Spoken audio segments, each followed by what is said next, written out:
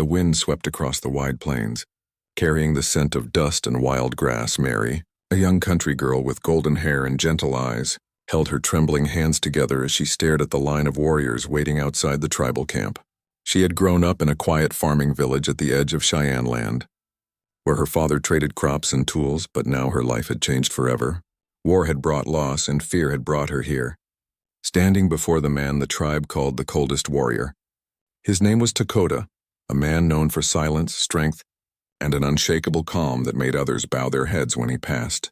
Stories said he had lost his family in a raid, and since then his heart had turned to stone. When he looked at Mary, there was no warmth in his eyes, only duty and command.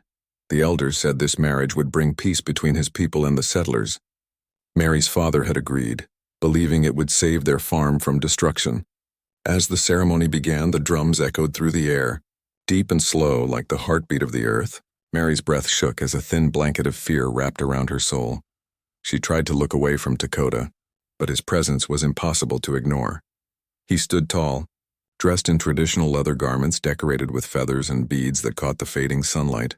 The firelight flickered across his face, revealing the sharp lines of a man who had forgotten how to smile. When the elder tied their hands together with a strip of deerskin, Mary's heart screamed silently. She wanted to run, but her legs refused to move. The tribe cheered softly, a sound that made her feel even more trapped. Dakota nodded once, not looking at her, and led her toward a small teepee near the edge of the village. There were no words between them, only the rustle of wind and the crackle of fire. Inside the teepee, the air was warm and heavy. Mary stood near the entrance, unsure what to do. Dakota placed a small bowl of water in front of her, a simple gesture, yet it carried meaning. "It is our way," he said quietly, his voice deep and calm. "You drink first." Mary hesitated, but she did as he said, sipping slowly. He watched her carefully, as though studying her courage that night. She lay awake listening to the sounds of the camp, the soft songs of women, the laughter of children, the distant howl of wolves. She missed her home, her mother's voice, and the smell of bread baking on the hearth. Tears filled her eyes, but she wiped them quickly, afraid Dakota might see. When she turned, she saw him sitting near the fire, sharpening a blade with slow, deliberate strokes. His eyes glowed in the light, yet they seemed lost somewhere far away. She realized then that he was not cruel, only broken.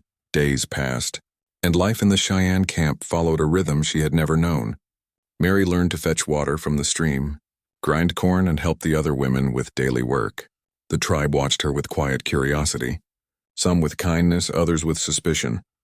Dakota rarely spoke, but he made sure she had food and shelter. When a storm destroyed one of the tents, he rebuilt it before dawn, his movements steady and precise. Mary saw a different side of him, one that hid behind silence and shadow. One morning, she followed him to the river where he was training young warriors. His voice was firm but patient, his hands guiding them with care when a child stumbled. Dakota knelt beside him, helping him stand. His tone soft as a whisper. Mary felt her heart shift, a strange warmth spreading through her chest. This was not the monster she had feared, but a man who had buried his pain deep inside. That evening, as they sat by the fire, Mary gathered her courage. "Why do they call you the coldest warrior?" she asked, her voice trembling. Dakota looked at the flames, his expression unreadable. "Because love makes a man weak," he replied after a long pause. Mary's breath caught, and for the first time, she saw sorrow in his eyes. At that moment, she understood. Behind his calm face was a storm he never let anyone see. The fire crackled between them, and though no words followed, something changed quietly in the air. The space that once felt like a prison now felt uncertain, fragile, almost human. Mary didn't know it yet. But that night marked the beginning of something neither of them expected, a journey where fear would meet compassion, and two wounded hearts would slowly learn what love truly meant. Days turned into weeks, and Mary's life inside the Cheyenne village began to take shape. The fear that once tightened her chest had softened, but it had not disappeared. Every morning she rose before the sun, fetching water from the stream. As the sky turned pale pink, children laughed in the distance, and the sound of drums often echoed from the hills. Yet in her heart, there was always a quiet ache, a longing for the home she could never return to. Dakota remained distant, a shadow that moved silently between duty and survival. He would speak only when necessary, his words short and his tone steady. He trained with his men, hunted for food, and tended to the horses without complaint. Mary often watched him from afar, curious about the mystery behind those dark, steady eyes. He treated her with respect, never harshness. But there was always a wall between them, a wall made of silence, pain, and memories neither dared to touch. One afternoon, as Mary washed clothes by the river, a young Cheyenne woman named Nita approached her. Nita was kind, with warm brown eyes and a laugh like sunlight through leaves. "You are not like the others," Nita said gently, kneeling beside her. "But you try." Mary smiled faintly, unsure if it was a compliment or pity. "I do what I can," she replied, her voice barely above the murmur of the stream. Nita looked toward Dakota, who stood near the trees, speaking with the elders. "He was once full of life," Nita whispered. "But when the soldiers took his family, something inside him froze." Mary's hands paused, her heart tightening. So that was the reason behind the coldness, the stillness that haunted his eyes. That evening, Mary cooked the stew slowly, adding herbs the Cheyenne women had shown her. The air inside the teepee filled with warmth and the soft scent of smoke and corn. Dakota entered quietly, his steps light despite his size. He nodded once, as he always did, before sitting near the fire. Mary hesitated before speaking, her hands trembling slightly. "I heard about your family," she said softly. "I'm sorry." Dakota froze, his jaw tightening, his gaze fixed on the fire. After a long silence, he said, "It is not your burden to carry." Mary nodded slowly, feeling the sharp sting of rejection, but beneath his words she sensed pain, deep and unspoken. That night, as rain began to fall, Mary woke to the sound of thunder. The teepee trembled slightly, and water dripped through a small opening in the roof. Dakota was awake, sitting near the entrance, his silhouette framed by lightning flashes. He looked out toward the dark plains, where the wind howled like a wounded spirit. Mary wrapped a blanket around her shoulders and sat quietly beside him. For a moment, neither spoke. Only the rain filled the silence. Then Dakota said, "You are not afraid?" Mary looked up at him, startled. "Of the storm?" she asked. He shook his head slowly. "Of this life," Mary hesitated, then whispered, "I was at first, but fear doesn't change what is already done." For the first time, Dakota turned to look at her fully, and in his eyes she saw something fragile. Respect, maybe even a small spark of understanding. Days later, a hunting party returned with wounded men. Mary rushed to help without thinking, tearing strips of cloth for bandages. Dakota saw her kneel beside a bleeding warrior, pressing on his wound with calm determination. When their eyes met across the chaos, something unspoken passed between them. That night, Dakota approached her quietly, holding a small piece of carved wood. "It is a symbol of protection," he said, placing it gently in her hand. Mary looked at it, a bird with wings outstretched, smooth and detailed. "It is beautiful," she whispered. Dakota nodded. "It belonged to my brother. He would have liked you." Mary's throat tightened, emotion flooding her chest in that moment. The wall of silence began to crack as days rolled by.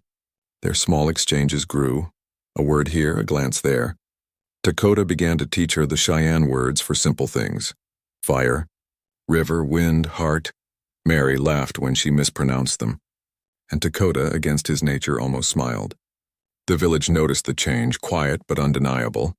They were no longer strangers tied by duty, but two lonely souls slowly learning to breathe again. Still, the past hung over them like a cloud that refused to drift away, and though Mary felt warmth returning to her heart, she knew the peace was fragile. The outside world was changing, and whispers of danger carried on the wind. But for now, in that moment, beside the fire and under the endless Cheyenne sky, they sat side by side, not as enemies, not as captor and captive, but as two people learning that sometimes even the coldest hearts can begin to thaw. The days grew warmer, and the snow that once covered the mountains melted into rivers that sang through the valleys. The Cheyenne camp came alive with color, hides drying under the sun, children racing barefoot through the grass, and smoke curling from the morning fires. Mary had learned the rhythm of life there, and though her heart still carried the echo of another world, she began to move with the tribe's heartbeat. Each sunrise brought something new, a lesson, a gesture, or a quiet moment that changed her piece by piece. Dakota had become less of a mystery and more of a presence. Steady, watchful, and somehow protective, he still spoke little, But his silence no longer frightened her. It had begun to feel like safety. When she walked to the river, he would often appear nearby, pretending to check the horses or watch the sky. At first she thought it coincidence, but she knew better now. It was his quiet way of ensuring she was never alone. Mary felt it, the soft thread of trust forming between them, fragile but real. One afternoon, while gathering herbs at the edge of the forest, Mary heard a sharp rustle in the bushes. Her heart jumped as she turned and saw a dark figure, not Cheyenne, but a white man in torn clothes holding a pistol. "Quiet," he hissed, his eyes wild and desperate. "You're one of them, ain't you? They took you too?" Mary froze, torn between fear and confusion. "I'm not your enemy," she whispered. "Please." "Put that down." But before he could reply, Dakota appeared from the trees, moving fast and silent as a shadow. In one swift motion, he disarmed the man and knocked him to the ground, the pistol falling uselessly into the dirt. The man struggled, cursing and spitting. "Savage! You'll pay for this!" Dakota's eyes turned cold, the kind of cold that could silence storms. Mary stepped forward quickly, placing a hand on Dakota's arm. "Please, don't hurt him," she said softly. Her voice trembling but firm. Dakota looked at her, his chest rising with each breath, his hand still gripping the man's collar. For a moment it seemed he would strike, but then, slowly he released his hold. The man stumbled away, running back toward the woods. His curses fading with the wind, Dakota said nothing. But the tension in his shoulders slowly melted. Mary's hand was still on his arm, and for the first time she didn't pull away. "Thank you," she whispered. "You saved me." Dakota turned his gaze toward her, his eyes softer than she had ever seen. "You are under my protection," he said quietly. "No one will harm you here." His words echoed through her heart like a promise, one she didn't fully understand but felt deeply. That night, the tribe gathered for a dance under the stars. Drums thumped rhythmically, voices rose in song, and laughter drifted like smoke into the sky. Mary sat near the fire, her hair braided by Nita, the young woman who had become her friend. "You look peaceful tonight," Nita said with a smile. Mary glanced toward Dakota, who stood at the edge of the firelight speaking with the elders, his face calm, his movements sure. "I don't know what to call it," Mary replied softly. "But for the first time, I don't feel afraid." As the music filled the night, a young boy approached Dakota shyly, holding a small flute. Dakota took it, nodded once, and began to play. The sound was low, deep, and hauntingly beautiful. It carried stories that needed no words. Mary felt tears rise in her eyes as the melody wrapped around her like a gentle wind. Each note spoke of loss, courage, and a longing that stretched beyond pain. When the song ended, the camp fell silent. Only the crackle of the fire dared to break the stillness. Later, as the stars burned bright above them, Mary approached him. "That song," she said softly. "It felt like remembering." Dakota looked up at the sky, his expression distant. "It is called the Spirit's Path," he said. "It is played for those who walk between two worlds." Mary nodded slowly, her heart aching with understanding. "Then maybe we both walk that path." He turned to her then, truly seeing her, and in that moment the distance between them faded. They stood in silence, two souls from different worlds, bound by shared pain and growing trust. As the night deepened, Dakota offered her a small pouch made of soft leather. "For you," he said simply. "It holds medicine root, for protection." Mary took it with trembling hands, her voice soft. "You always protect me, even when I don't ask." Dakota's eyes flickered with something unreadable. "Not because I must," he said slowly, "because I want to."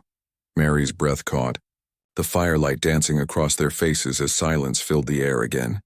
Somewhere deep inside her, she knew something was changing, not just between them but within her too. The wind carried the last echoes of the flute into the night, and as the stars shimmered above the endless plains, Mary realized that the coldest warrior she once feared had given her something far greater than safety. He had given her trust, and perhaps, though neither dared to say it aloud, the beginning of love. The morning sun stretched across the plains, painting the earth in gold and fire. The camp was alive with motion, women grinding corn, men mending weapons, and children chasing one another through the dust. Mary had grown used to this rhythm, the laughter, the work, the sense of belonging she never expected to feel among the Cheyenne. Yet beneath the warmth of daily life, something restless stirred. A whisper on the wind that carried unease. Dakota felt it first. He rode out early that day, scouting the far ridges beyond the river, his sharp eyes scanning the horizon. The land was quiet, too quiet, and even the birds seemed to hold their breath. When he returned, his horse was wet with sweat and his jaw was tight with worry. "The soldiers are moving north," he told the elders. "They will pass near our camp." The news spread like a shadow through the village. Old memories resurfaced. Raids, burned homes, lost families. For Mary, the word soldier sent a chill down her spine. They were her people, yet now they felt like strangers, perhaps even a threat. That night, the fires burned low as the council met in silence. Dakota stood among the men, his voice calm but heavy with warning. "They will not spare us if they find this place," he said. "We must be ready to move." Mary sat near the women, her hands trembling as she listened. She wanted to speak, to tell them that not all soldiers were cruel, but the memory of what she had seen before, villages destroyed, children crying, had kept her silent. The next day the tribe began to prepare. Horses were gathered, supplies packed, and trails marked. Mary helped where she could, her heart heavy but her hands steady. When Dakota passed by, she reached out and caught his arm. "Will they really come here?" she asked softly. Dakota met her eyes. "They have already crossed the river," he said. "We may have only one day." His words struck like thunder. For a long moment neither spoke, but Mary saw in his face the same fear she carried, not for himself, but for everyone he loved. By evening, the camp grew tense. Children clung to their mothers. Warriors checked their arrows and tightened their belts. Mary stood near her teepee, watching the sunset bleed across the sky. Dakota approached quietly, his steps light as always. "You must stay close to Nita," he said. "If I do not return, she will lead you to safety." Mary's heart pounded. "If you don't return," she whispered. "Dakota, no." He looked at her gently, a rare softness breaking through his steady mask. "I was born a warrior," he said. "But you gave me something worth fighting for." Her breath caught. Words stuck in her throat. Before she could reply, he was gone. Riding into the darkness with the others, hours passed, and the night stretched long and heavy. Mary sat beside Nita, clutching the small pouch Dakota had given her, the one with the medicine root inside. Every sound outside made her heart race. Every gust of wind felt like the echo of danger. Then in the distance came the first shot. Sharp, clear, and terrifying. Children began to cry. Women whispered prayers, and Mary stood frozen, torn between fear and the desperate urge to run to him. Nita held her arm. "You cannot go," she said. "He told you to stay." But Mary shook her head. "I can't just wait." Grabbing a small torch, she stepped into the night. The sky flashed with fire from the ridge, and the sound of gunfire rolled across the plains like thunder. She moved through the grass, her dress catching the wind, her heart beating so loud it drowned everything else. When she reached the edge of the battlefield, she saw chaos, men shouting, horses screaming, and smoke rising like ghosts into the night. Through the haze, she saw him, Dakota, standing against 3 soldiers, his bow raised, his movements fierce and sure. But behind him another soldier took aim. Without thinking, Mary shouted, "Dakota!" He turned just as the gun fired, and the bullet grazed his shoulder. In one motion he spun, struck the attacker down, and then ran toward her. "What are you doing here?" he shouted, his voice both angry and afraid. "I couldn't stay back," she cried. "I couldn't let you face this alone." For a second, he just stared at her. This woman who had once been his enemy, now risking everything for him. Then he grabbed her hand and pulled her close. "We go together," he said. They ran through the smoke and fire, dodging bullets and falling branches. When they reached the riverbank, Dakota lifted her onto a horse and leapt behind her. As they rode into the dark, the sky lit up behind them, a burning reminder of how fragile peace truly was. When dawn finally broke, the tribe had survived. But the camp was scarred. Dakota's shoulder bled, his face pale from exhaustion. Mary tore a strip from her dress and pressed it to his wound, her eyes full of tears. "You should have stayed behind," he murmured weakly. She smiled through the pain.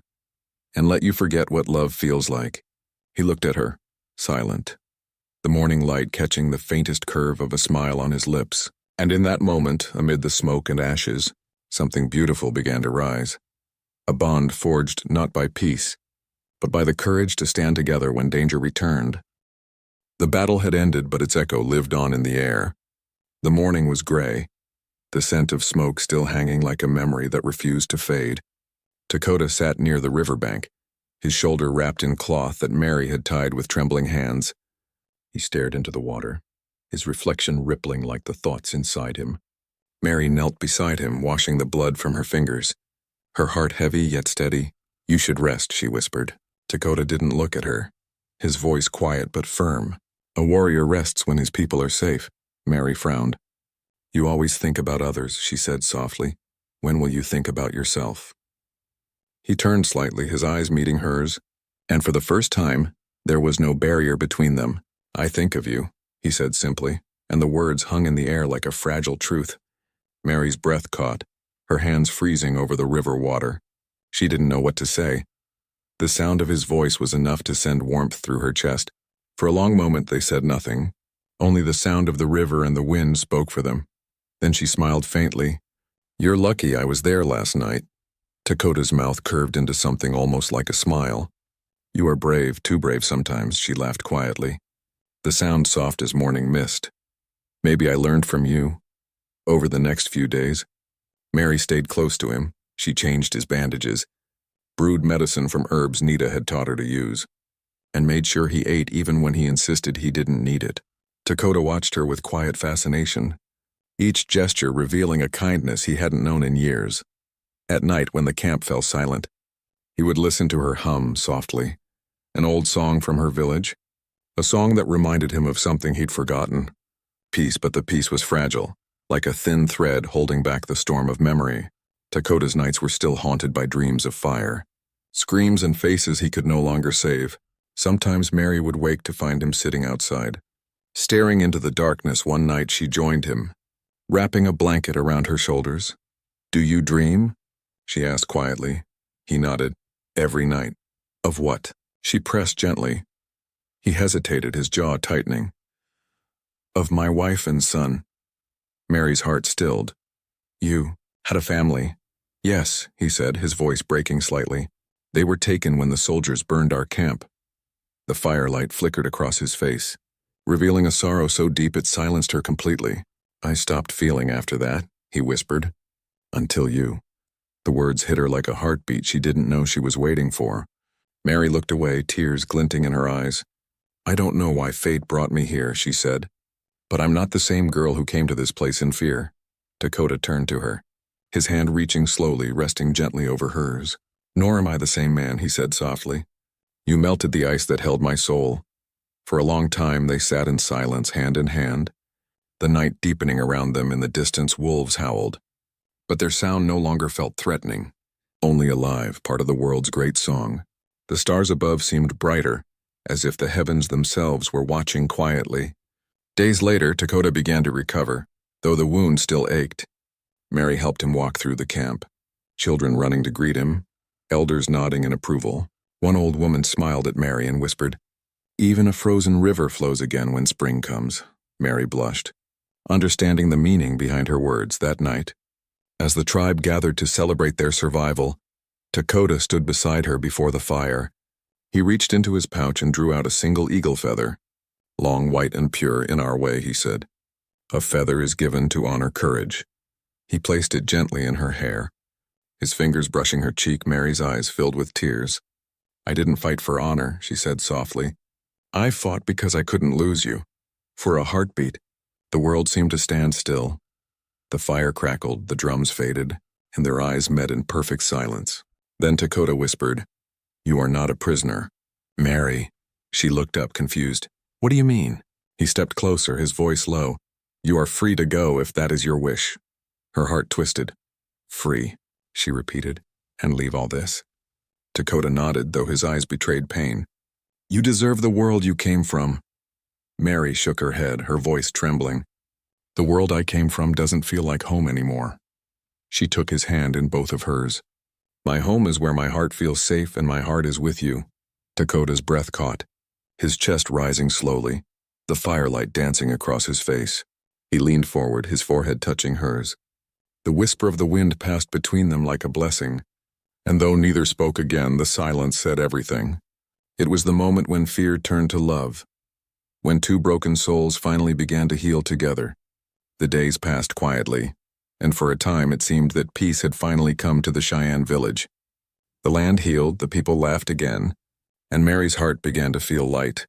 Each morning she woke to the sound of horses neighing, to the rhythm of drums echoing across the hills, and always Dakota was there, watching her with eyes that once knew only frost but now carried warmth like sunlight on snow.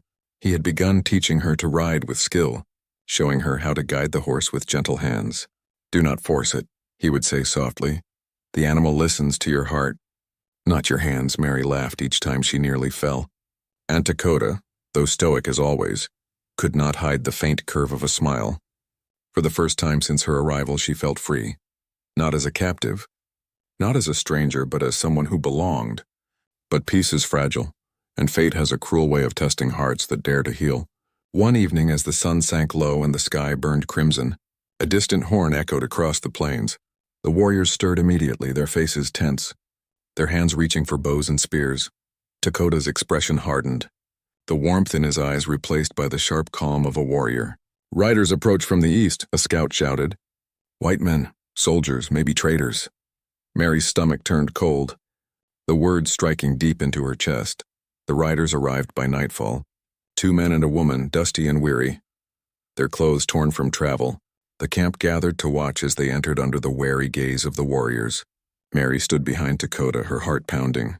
When the lead rider dismounted and lifted his head, she gasped. It was Samuel, her father's friend, the man who had once promised to bring her home. "Mary," he called out, disbelief in his voice. "Is that you?" The crowd murmured. Dakota's eyes narrowing slightly, his hand resting protectively near her arm. Mary stepped forward slowly, her throat tightening. "Samuel, how did you find me?" He looked at her with tears in his tired eyes. "We searched for months," he said. "Your father fell ill after you were taken. He never stopped believing you were alive." Mary's hands trembled, her world spinning. "My father. Is he alive?" she whispered. Samuel hesitated, his voice low. "He was, until last winter."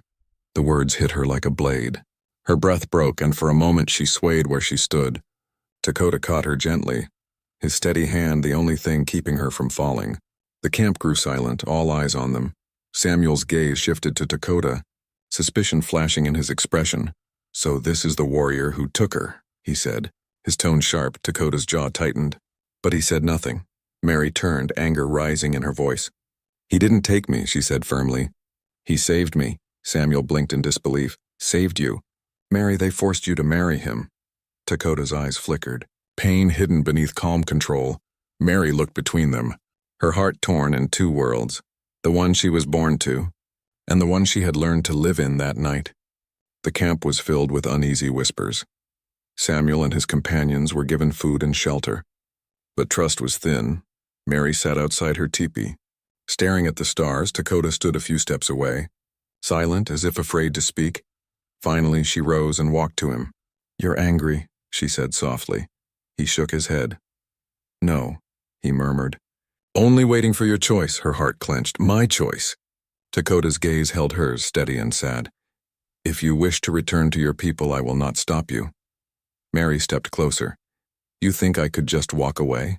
His expression didn't change, but his voice softened. "You have roots there, family memories. I have no right to keep you." Tears filled her eyes. "Dakota, I lost that world long ago," she whispered.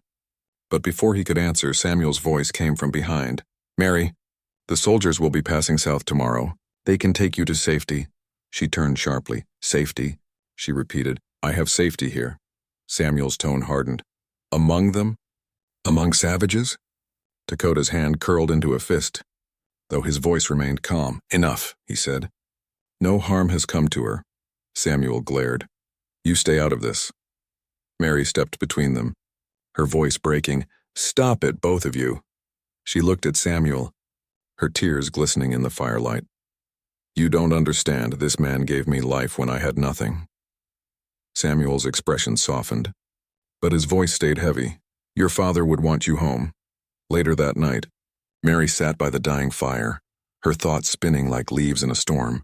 Dakota approached quietly, his shadow falling beside hers. "You should sleep," he said, his tone gentle but distant. Mary looked up at him, her eyes red from crying. "You think I'll leave?" He said nothing, but the silence was answer enough. She reached for his hand, holding it tightly. "If I leave, my heart stays here," she whispered. For a long moment they said nothing, only the sound of the fire crackling filled the air. Dakota bent his head slightly, his forehead brushing hers. "If the dawn takes you from me," he murmured, "then let the wind carry my soul with you." The next morning the soldiers' horns sounded again in the distance, and Mary stood between two worlds, one of blood and birth, and one of love and belonging. As the rising sun painted the plains gold, her heart trembled, knowing that whatever she chose, nothing would ever be the same again. The morning came softly, pale light spilling over the plains like a whispered promise. Mary stood outside her teepee, watching the sun rise through a thin mist that hovered over the earth. Her heart was a battlefield, torn between the blood of her past and the heartbeat of her present.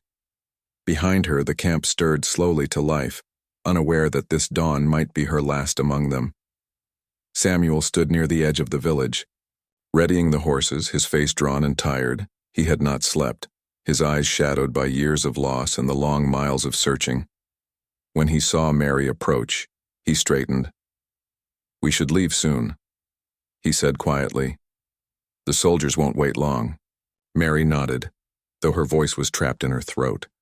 Dakota was nowhere in sight, and the emptiness where he should have been felt heavier than any chain. Nita approached silently, handing Mary a small bundle of food wrapped in leather. "You must follow your heart," she said softly, "not the voices that pull it apart." Mary's eyes filled with tears. "What if my heart belongs to two worlds?" Nita smiled gently. "Then it will hurt, no matter which one you choose." As the camp prepared for the traveler's departure, Mary's steps carried her to the river, the same river where Dakota had once taught her to find courage in silence. The water shimmered, clear and endless, reflecting the face of a woman she barely recognized. Not the frightened girl who had once been taken, but someone forged by fire and love.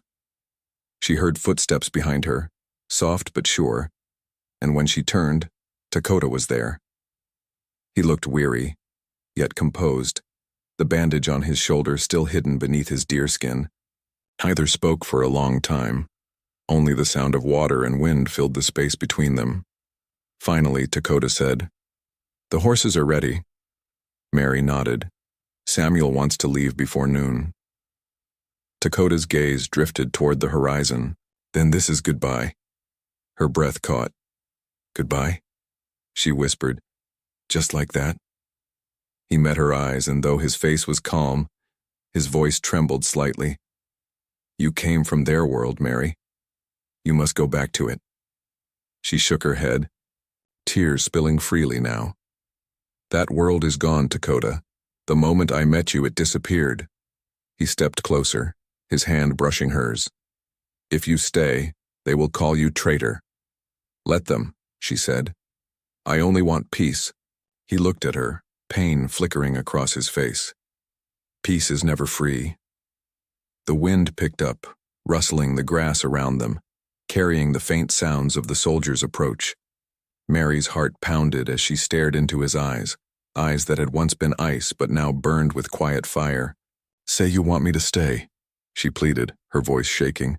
Dakota's throat tightened, his lips parting but no words coming. Instead, he reached into his pouch and drew out the same carved bird he had once given her. The symbol of protection. "It was my brother's," he said softly. "Now it is yours again." Mary's tears fell freely. "You're sending me away," she whispered. Dakota shook his head. "I am setting you free."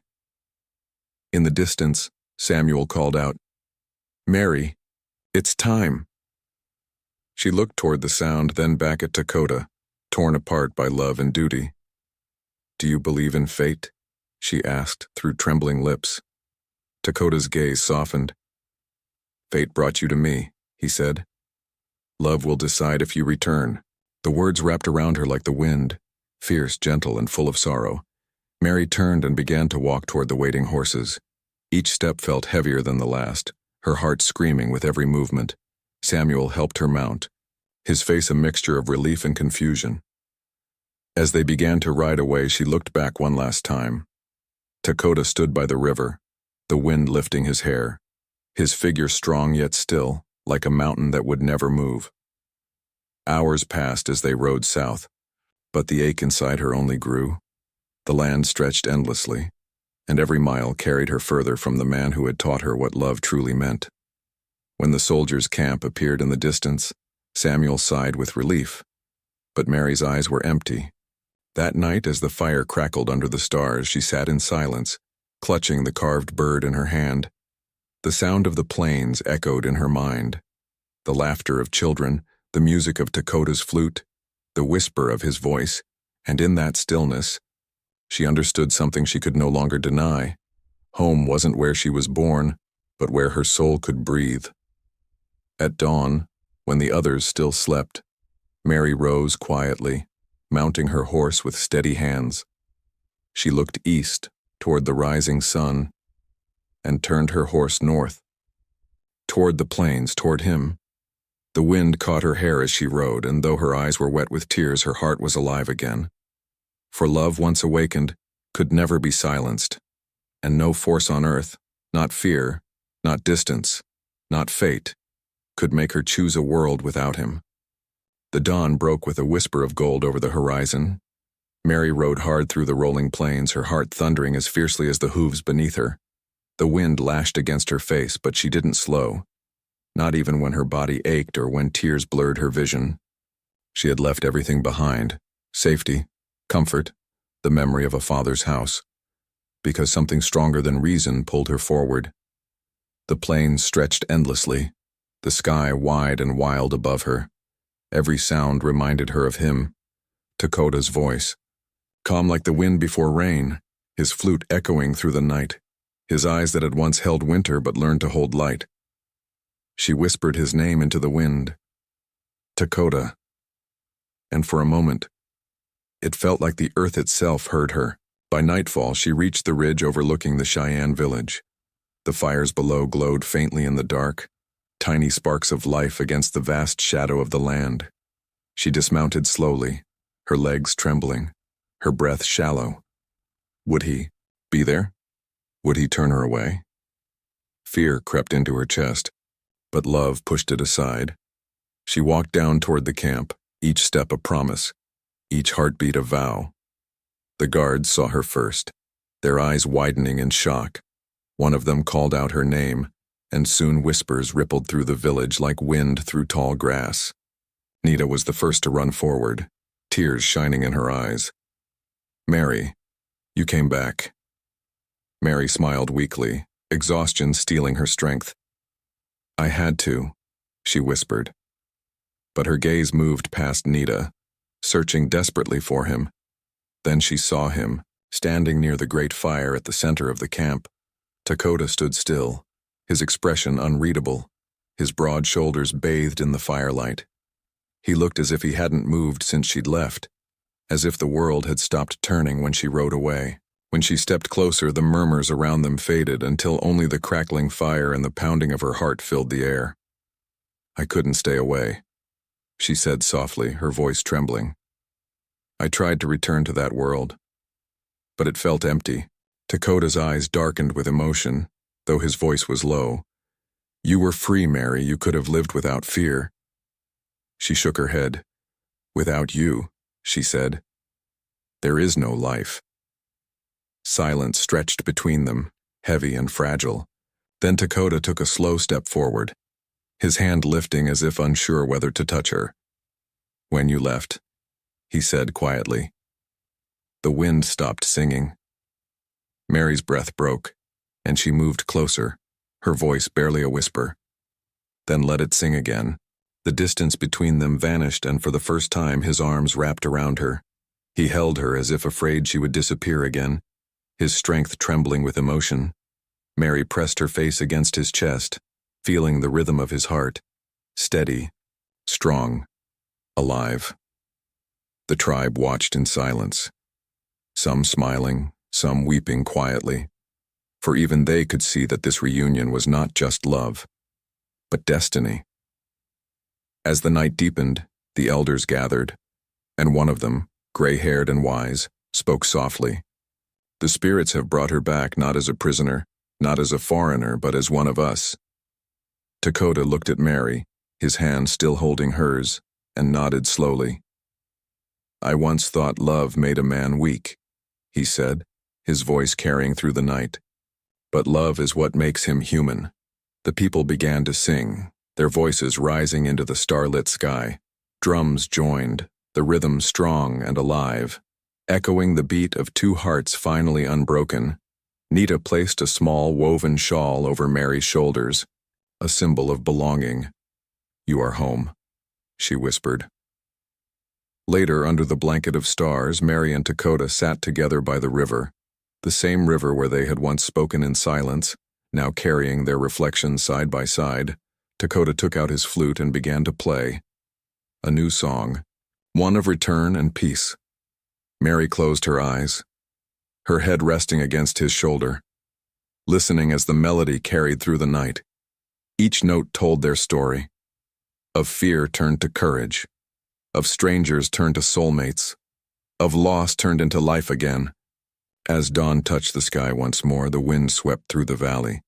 This time it carried laughter instead of sorrow, warmth instead of fear. Mary smiled as Dakota's hand found hers, their fingers intertwining like roots in the same soil. She had come as a girl taken by fate, and stayed as a woman chosen by love.